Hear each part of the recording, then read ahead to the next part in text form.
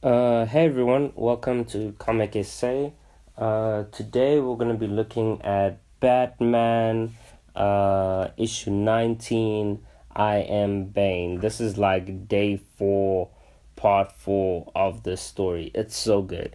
Alright, let's jump into it. So, basically, I think where we left off is that um, Batman had entered Arkham Asylum. Bane had gone in following him. And what's interesting is like this is what I like Batman. So what Batman does is that basically he lets a few of the inmates out, actually a bunch of the inmates in Arkham Asylum out, and he even arms some of them. What's We have a scene of him telling Alfred this, and Alfred's like, "What the hell?" Like in my head, like Alfred reminds me of us, the reader. Alfred's just like, "Why would you even arm them?" And then like he goes to it and he says, "Dude, why don't you just call the Justice League?" Because in my head, that's what I would do. Like if I had like the bat phone, I would definitely call the Justice League. So basically Batman says like that didn't work the last time. But either way, like Alfred is really concerned because like Bruce Wayne is very beat up at this moment. Like you can see like there are bruises all around his body. And it's like he's struggling to even keep his eyes open, but this is like a fight that he has to have. It's one of those things like you're done, you're at the end of the race, but you have to keep on going. And afterwards, really just like, dude, just run away, then get out of here. But it's not about that anymore, you know? I think Batman fully understands the severity of the situation and that, listen, this is a guy that hanged my Robins or my previous Robins, Red Hood and Nightwing. This is a guy that hanged my son. This is a guy that killed Gotham and was about and could have killed Gotham Girl as well. Like something needs to be done. So we're met with the first, as Bane is making his way through the asylum, we're met with the first person, Maximilian Zeus. Uh, from my understanding, this guy is like a dude that is like psychotic. He thinks he's like the Greek god Zeus in human form. But yeah, anyway, he's monologuing or he's just shouting out like old English throughout this whole poem. By the way, I don't even know what this all means, and I'm not even entirely sure what it symbolizes. I need to go like into a page and actually read what it really symbolizes, as well as the whole meaning behind what he's saying actually. So bear with me. If anyone has a link, please put it down in the description. That would be great. And then you get to so like the second person that he basically that Bane basically makes his way to is Two-Face. So this is funny because like Two-Face tells Bane, "Yo, listen, I'm of two minds right now. Listen, one part of me wants to really let you go. The other part of me is like doesn't want to let you go because Batman has offered like us better conditions in the prison, in the asylum, if we stop you." And basically he's just like, "So Bane, what do you have to offer?" And Bane doesn't give a crap. Bane basically just knocks him out and just says, "Hey, I offer pain. That's all I do." And in my head, I really wish I could pay for things like that in the store.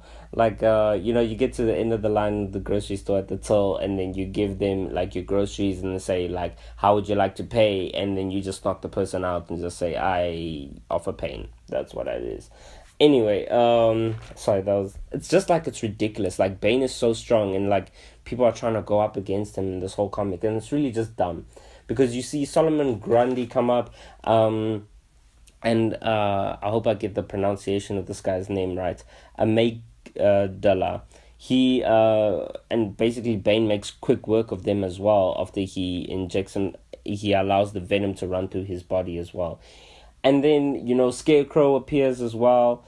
And now Scarecrow is very interesting because like he's a guy, and you'll understand this as well. I'll put a link in it below. In the crossover between Batman and the Green Lanterns, Scarecrow is a guy that feeds on people's fears. Like he instills where you'll see like Scarecrow actually becomes like gets like a yellow lantern ring from the Sinestro Corps because he's able to instill great fear. But he does this because like I think like he's impervious from feeling fear. Like he's done. He can't feel fear anymore. That's why he likes to hear.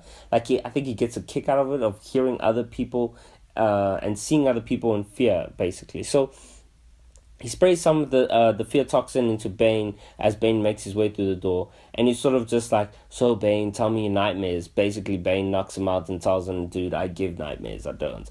He's and this is a cool thing. So this is a cool thing with Bane, right?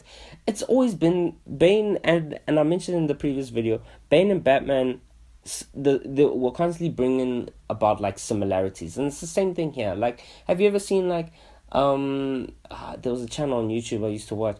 Like, it's always the whole thing is like, listen, I'm Batman. I'm Batman. Like, how do you swim across the river, Batman? I'm Batman. How do you get across the world in 2 seconds? I'm Batman. Like, that's your answer. And here's Bane saying, like, dude, like, people need to respect me right now. Like, Bane, offer us money. No, I offer pain. Like, please don't talk to me. I'm Bane.